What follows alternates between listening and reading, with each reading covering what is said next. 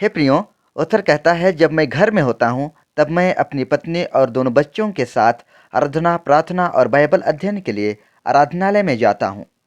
इसकी आवश्यकता मैं बच्चों को बता चुका हूँ। मेरी उपस्थिति में इन सब के प्रति मेरी पत्नी अत्यंत सतर्क एवं सावधान रहती है। हमारे बच्चे भी यह सब जानते हैं और विश्वास करते हैं कि आराधना करना कभी नहीं छोड़ना चाहिए।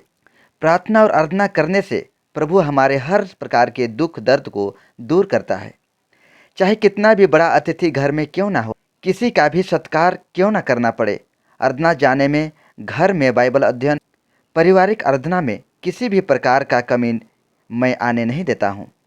मेरी उपस्थिति के बिना किसी अवरोध के बाइबल अध्ययन और आराधना होती है। घर का कोई भी वातावरण बच्चों को लापरवाह ना बनाने पाए, इसका मैं और मेरी पत्नी ध्यान रखते हैं।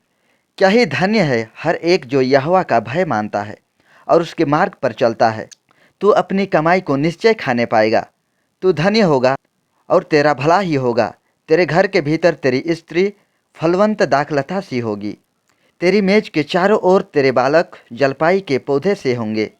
सुन, जो पुरुष यहोवा का भय मानता हो वह ऐसे ही आशीष पाएगा। भजन संहिता 128 1 पद से 4 पद तक। जब माता पिता और बच्चे एक आत्मा के हों तब समस्याओं को भला आपस में क्यों नहीं बांट सकते।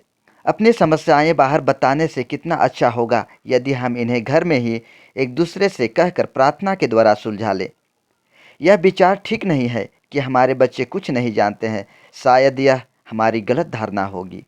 वर्तमान युग के युवक युवतियां और बच्चे बहुत समझदार होते हैं। बड़े लोग भले ही परिपक्व हों पर बच्चे भी अज्ञान नहीं हैं। इसलिए उनके साथ बातों को बांटने में कोई बुराई नहीं है, परंतु उनके साथ ही उनकी गलतियों को समझाकर और योग्य सजा देकर पिता को उन्हें बढ़ाना चाहिए। आत्मिक प्रोत्साहन देने वाली पुस्तकों को मैं अपने बच्चों के साथ पढ़ता हूँ। उसमें से जरूरी उपदेश मैं उसको सिखाता हूँ जिन्हें वे खुशी से स्वीकार करते हैं। बच्चों को आत्मिक प्रोत्साहन और बाइबल की कहानियाँ बताना बहुत अच्छी बात है। सोने से पूर्व ऐसा करना बहुत अच्छा होगा। पिता स्वयं यह करे तो अच्छा है, लेकिन यदि पिता घर में ना हो या कार्य में व्यस्त हो तब माँ को यह उत्तरदायित्व संभालना चाहिए। ऐसा करने से उनका ज्ञान व विवेक शक्ति के द्वारा बढ़ेगी। यही नहीं, पिता पुत्र के बीच एक आत्मिक संबंध बनेगा। यदि पिता लोग अपने उत्तरदायित्व से पीछे हट जाएं तो बच्चों के ऊपर अंधकार भरा संसार प्रबल होगा।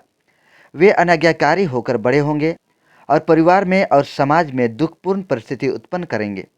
बुढ़ापे में भी बच्चों का प्यार और आदर माँ बाप को आनंद प्रदान करता है। यदि आप ऐसे आनंद को पाना चाहते हैं तो बचपन में ही बच्चों पर ध्यान देना चाहिए। बहुत से पिता बच्चों के साथ समय नहीं बिताते हैं। जब बच्चे कहते हैं पापा कहानी बताइए तो यह कहकर टाल देते हैं अभी समय नहीं है, फिर कभी। यह बहाना बच्चों को विनाश की ओर ले जाएगा। बुढ़ापे में सेवानिवृत्त होकर जब पिता बच्चों के साथ कुछ बात करने के लिए बुलाएंगे तो वे कहेंगे डैडी माफ़ करना, समय नहीं है।